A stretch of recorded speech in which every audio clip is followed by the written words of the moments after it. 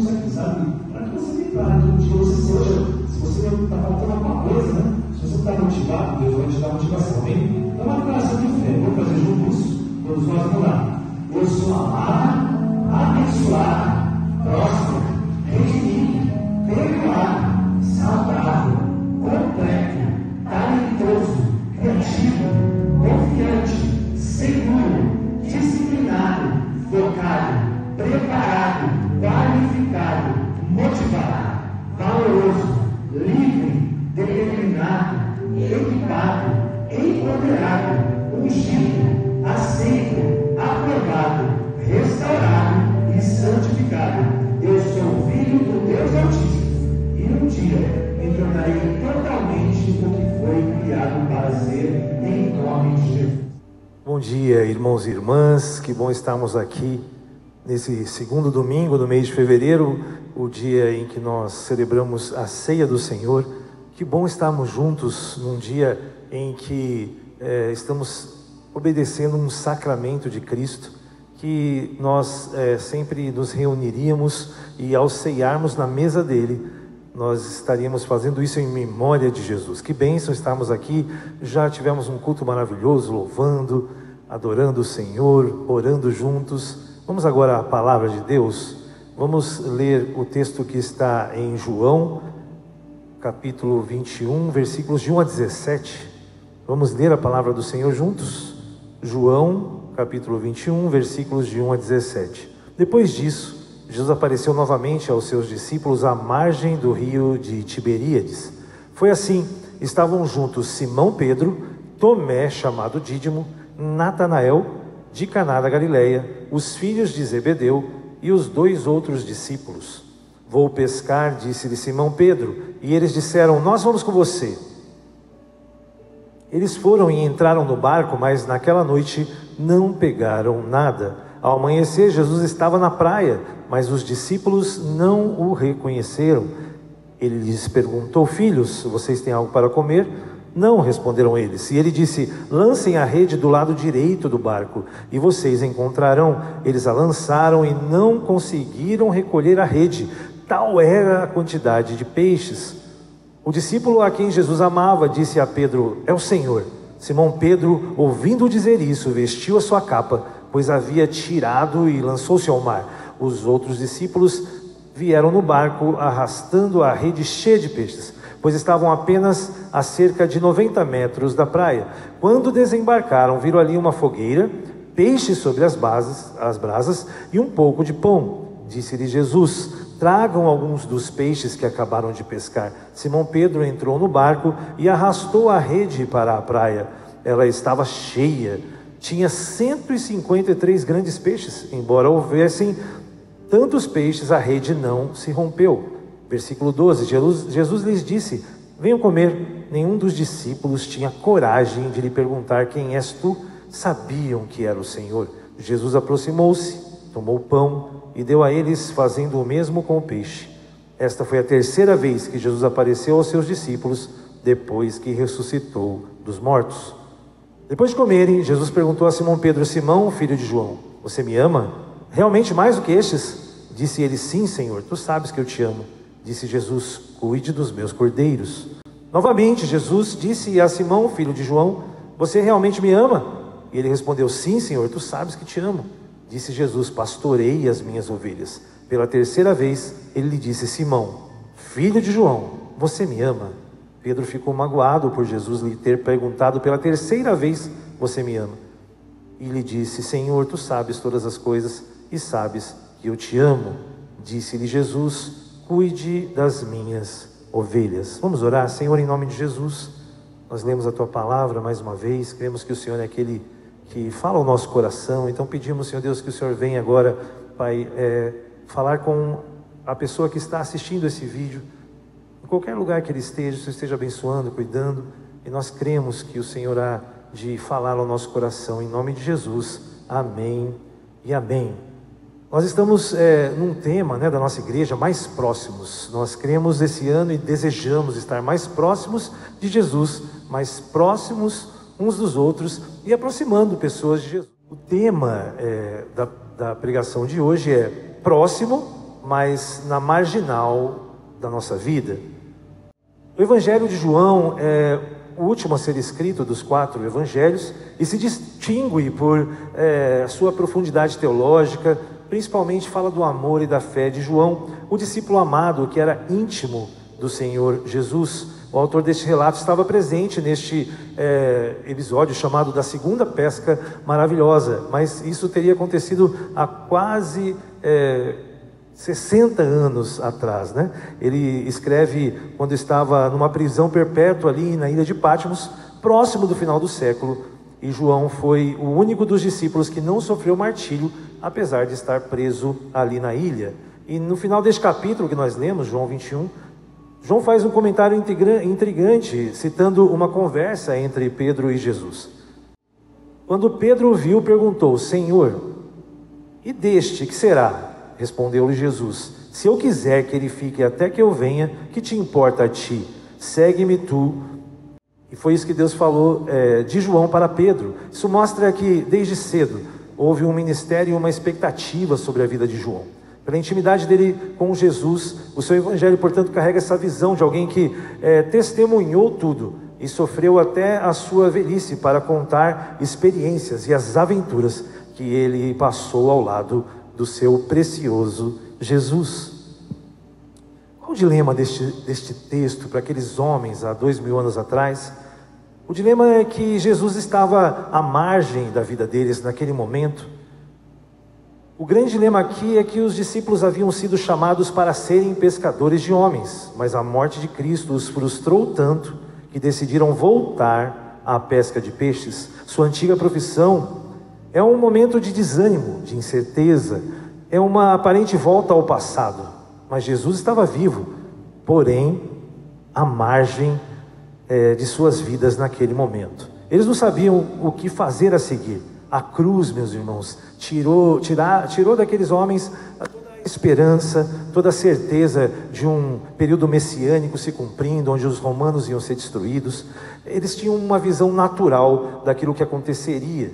Ele apareceu a eles, mesmo assim Jesus vai ao encontro daqueles homens, e mesmo no momento de estar literalmente à margem, porque ele estava ali na margem do mar de Tiberíades, o mar que representa uma metáfora do oceano da fé que todos nós estamos navegando. Muitas vezes estamos trilhando a nossa caminhada cristã, estamos navegando no mar aí da fé, e nós esquecemos que Jesus deveria estar mais perto, deveria estar mais próximo de nós, e muitas vezes ele está à margem da nossa vida, ali observando a nossa caminhada.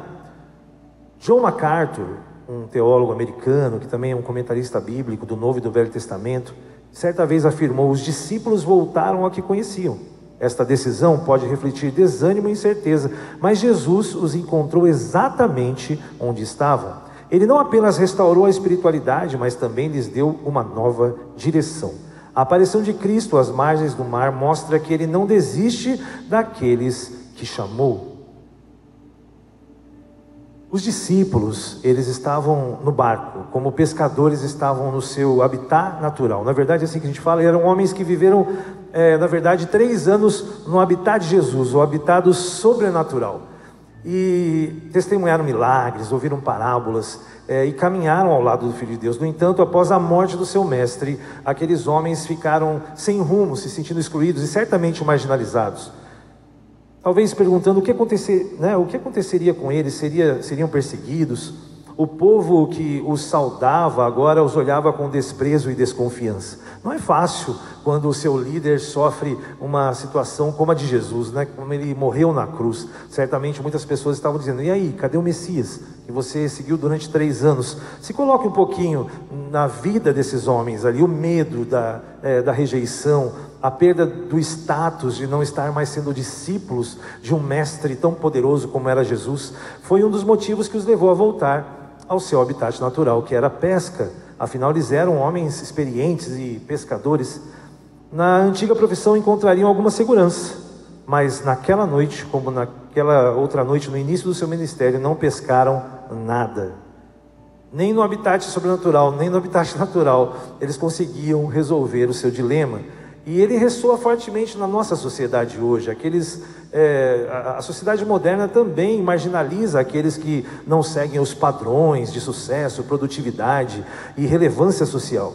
Aqueles que não produzem o que se espera são tratados como irrelevantes. O ser humano se tornou um número, talvez um dado, um perfil na rede social, não é mesmo? Uma peça de um grande mecanismo. E não é assim. Hoje, será que os perfis do Instagram estão mostrando realmente a realidade da vida das pessoas?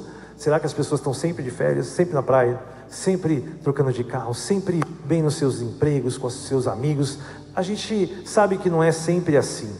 Como Jesus, para a grande maioria que vive na cidade, muitos, aliás, vivem esquecidos ou ignorados. A Avenida Paulista em São Paulo hoje, além de ser o centro comercial da cidade de São Paulo, infelizmente, eu estive recentemente lá, você vê quase tenda do lado da outra, pessoas morando ali na rua, fazendo parte já da paisagem da urbanidade, pessoas que moram na rua, onde vivem esquecidos e totalmente à margem da vida urbana. Certa semana eu ouvi uma reportagem de que um desses moradores das barracas ali da Paulista estava impressionando as pessoas porque ele era um ávido leitor, lia muitos livros. E a repórter foi lá dar um livro de presente para ele, e quando fez a reportagem, o pai dele já não via ele há 4 anos, reconheceu, tentou trazê-lo para casa. Pessoas ofereceram tratamento, mas aquele jovem decidiu permanecer ali à margem da sociedade. Leandro Carnal diz algo que vai um pouco contra isso, né? Contra essa questão. Ele diz o seguinte em seu pensamento: como eu prefiro sentir-me vigiado do que sozinho? Eu prefiro me sentir criticado do que largado pela indiferença. A indiferença social, meu irmão e minha irmã, é um dos piores males do nosso tempo. Muitas vezes não é a hostilidade que machuca, mas a completa invisibilidade, o desprezo sutil de uma sociedade que finge não ver o que as pessoas estão passando e a sua realidade. Não é fácil essa situação que estamos vivendo nos dias de hoje. Isso me lembra uma história que certa vez eu ouvi. A invisibilidade dos marginalizados foi um experimento realizado pelo psicólogo social Fernando Braga da Costa, da USP. Uma história interessante, e ele revela como a sociedade trata os marginalizados. Durante anos, ele trabalhou como gari no campus da universidade, disfarçado, vestindo um uniforme laranja e varrendo a frente da biblioteca. Ele percebeu algo chocante: ele se tornou invisível. Um dos professores mais conhecidos da USP estava ali, por ele estar com o uniforme, as pessoas simplesmente passavam e não diziam nem um bom dia. Certa vez, e você pode fazer esse teste, muitas pessoas que trabalham, fazem serviços, seja de limpeza, essas pessoas que andam uniformizadas, aqui nós estamos num hotel, e eu sempre faço questão de falar uma boa tarde para um colaborador do hotel, e às vezes ele até se assusta, porque não é natural que pessoas deem bom dia. Professores, alunos que antes cumprimentavam, simplesmente o ignoravam completamente. Alguns desviavam até o olhar, outros passavam por ele sem notar a sua existência. E Braga da Costa relatou: descobri que um simples bom dia, que nunca recebi como gari, pode significar um sopro de vida, um sinal da própria existência. Isso nos leva a refletir: quantas vezes ignoramos Jesus e o colocamos também à margem da nossa jornada? Os discípulos estavam assim naquele barco, todos, exceto João, demoraram para reconhecer que era Jesus, como se ele estivesse invisível, como qualquer pescador ali na praia. Hoje Jesus continua à margem em muitas vidas, entre os esquecidos, os desprezados e os marginalizados da nossa cidade. Não é assim? Jesus fala: quando alguém vem te pedir água e você dá, você está dando água não para essa pessoa, mas para mim. Jesus se coloca entre os marginalizados que vivem perto de nós. Os discípulos pescaram a noite inteira, mas não pegaram nada. Quantas vezes a vida moderna também promete para nós algo que nunca conseguiríamos alcançar? Trabalhamos, nos esforçamos, buscamos validação, mas ainda parece que estamos vazios. Não é assim que às vezes a nossa vida perde o sentido? Talvez, como os discípulos, a gente precisa olhar para a margem, olhar para a marginal, né? Jesus está próximo, mas será que não está na marginal da sua vida? É isso que eu tenho refletido, né? Onde está Jesus? Está mais ao centro ou à margem das nossas vidas? Voltando um pouco ao texto, após a ressurreição, Jesus se manifesta aos discípulos, e o texto diz que foi pela terceira vez. Ele já tinha aparecido para os discípulos, para Maria, e também já tinha aparecido para alguns no caminho de Emaús. Ele estava ali presente, né? Em algumas situações. Ao amanhecer, Jesus surge ali na praia, e eles não o reconhecem de imediato, né? A não ser João. Interessante olhar para a vida de João como o íntimo do Senhor, aquele que o conhece. E quando Jesus fala, joga para o outro lado, ou o lado direito, João na hora reconhece e fala, é Jesus. Por quê? Porque a intimidade com Jesus nos faz perceber a presença dele em nossas vidas. A percepção espiritual de João destaca a sua sensibilidade de identificar a presença de Cristo, mesmo quando os outros ainda estavam em dúvida. E essa graça vem de Deus, não de nós. E quando a gente busca viver um relacionamento de intimidade com Jesus, mais facilmente nós percebemos a sua presença. Vemos claramente a graça de Jesus na vida de João, que buscava sempre ter um relacionamento mais próximo com Jesus. Outra evidência da graça de Jesus naquele momento, para aqueles homens que estavam como desertores ali, e na presença de Jesus, mas Jesus, ainda que distante, dá a eles a provisão. Não é verdade? Jesus demonstra a sua graça oferecendo-lhes não apenas orientação, que é o que ele faz mais tarde, mas ele oferece ali a solução para aquele dia de trabalho, para aquela noite inteira que eles não pescaram nada. Jesus, mesmo à margem, fala, jogue para o outro lado. E eles têm aquela grata satisfação de experimentar Jesus, o Jeová Jirê, o Deus que tudo provê, indicando mesmo que quando estamos afastados, mesmo com Ele à margem, ainda assim Jesus nos abençoa e provê as nossas necessidades. Ele continua cuidando de mim, Ele continua cuidando de você. Outra graça, a evidente graça nesse texto é a ceia preparada por Jesus. Hoje é um domingo em que nós ceiamos juntos como comunidade, e certamente esse momento é um momento sempre de comunhão, de presença dele em nossas vidas.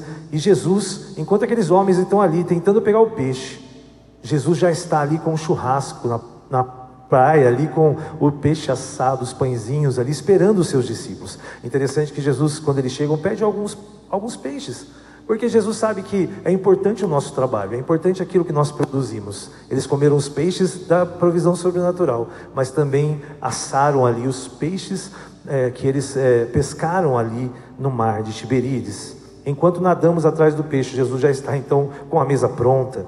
Isso ilustra que mesmo quando estamos imersos em nossas próprias preocupações, Jesus está presente, preparando o sustento e esperando que a gente tenha a alegria de ter comunhão com Ele, a mesa. Que maravilha!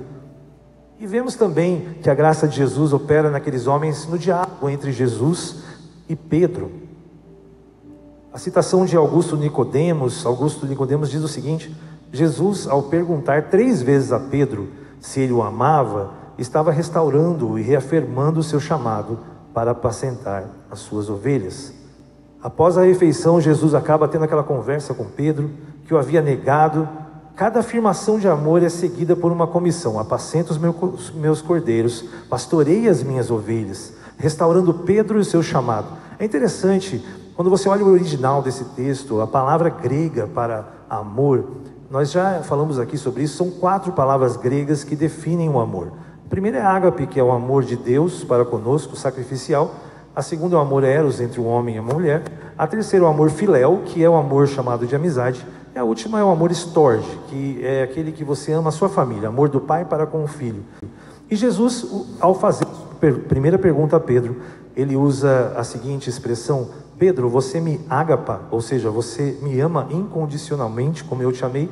E é interessante que a resposta de Pedro, que é sincera, isso é uma marca de Pedro. Pedro não sabia do que ele tinha feito, que ele tinha negado Jesus, mas quando João fala que é o mestre, Pedro não tem dúvida, se joga do barco e vai até Jesus. Esse é o Pedro parecido conosco, é o Pedro que vai ao encontro de Jesus mesmo, com os seus dilemas e problemas. Ele responde: Jesus, o Senhor sabe que eu filéu ao Senhor, ou seja, que eu tenho um amor de amizade. Então Jesus pega e fala: então apacenta minhas ovelhas. E assim Jesus pergunta a segunda vez: Pedro, você me agapa? Você me ama como com amor sacrificial. E Pedro responde: mestre, você sabe que eu te amo como um amigo. E Jesus, a última vez, ele fala: Pedro, eu sei que você me ama como um amigo. Ele usa filéu. E Pedro fica triste, porque ele ao mesmo tempo lembrou que ele negou Jesus 3 vezes. Jesus fez aquela terceira pergunta e ele respondeu: o Senhor sabe do meu coração que eu te amo ainda como amigo, mas eu vou chegar lá. Em outras palavras, essa é a ilustração daí do amor ágapá, desse amor que Jesus deseja que um dia nós, amadurecidos, tenhamos essa possibilidade. A narrativa desse texto de João 21 traz a graça restauradora de Cristo na vida daqueles homens. E muitas vezes nós sabemos que estamos com esse sentimento de inadequados. Nós estamos fora do nosso propósito maior, mas Jesus sempre direciona. Ele disse para aquele homem: eu sei, você estava perdido, você ia voltar a pescar, mas não fui eu que te disse a primeira vez que você agora não pescaria mais peixes, mas pescaria homens? Meus irmãos, essa é a segunda pesca maravilhosa. Você lembra a primeira? A primeira pesca maravilhosa aconteceu justamente quando Jesus chamou aqueles homens. Eles estavam do mesmo jeito, ali no seu habitat, não tinham pegado nada, mas sobre a palavra de Jesus, eles obedeceram e tiveram essa alegria de ter uma grande pescaria. E Jesus, no seu amor, na sua graça, ele fala: eu sei, vocês estão desertando, estão desanimados, mas jogue a rede. E eles pescaram ali aqueles peixes. A graça divina atua como força motriz. Nesse processo ele vai nos conduzindo até que a gente tenha a plenitude que Deus espera e deseja para os seus filhos e filhas. Já estou indo para a conclusão, citando Timothy Keller. Ele diz o seguinte: o Evangelho diz que eu sou tão pecador que Jesus teve que morrer por mim, mas também, por outro lado, tão amado que ele se dispôs a fazer isso. Esse é um pensamento de Timothy Keller. Essa afirmação poderosa nos lembra que Cristo nos ama apesar das nossas falhas e continua a operar sua graça, mesmo quando nós e o mundo tenta nos empurrar para a margem. Jesus é a solução para a ansiedade do nosso tempo.